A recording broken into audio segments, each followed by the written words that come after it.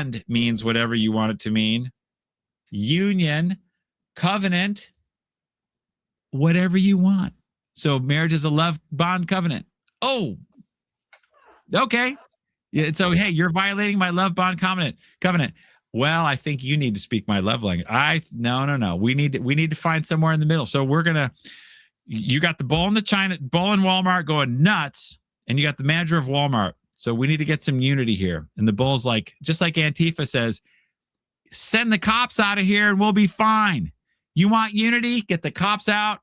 They're the cause of the conflict. Get them out. Everything's cool. Okay. So you want unity in your marriage? The wife says, get this pharisaical nature / no NFP stuff out of here and we'll be just fine. Do you want to cause World War III, Christopher? Is that what you want? Because there's a lot of little kids here in the room and you got a lot of money and we're working on that. And I'm in the house with you. I hold all the cards. I can call the bishop at any time and get the annulment and the divorce. I can call the state at any time and take the kids. What's your plan? Yeah, that's what I thought. Okay, now get back to work. Get back to work. I'll let you know if things change, chump. What are you going to do now? I was going to say my backup plan is join the Jesuits.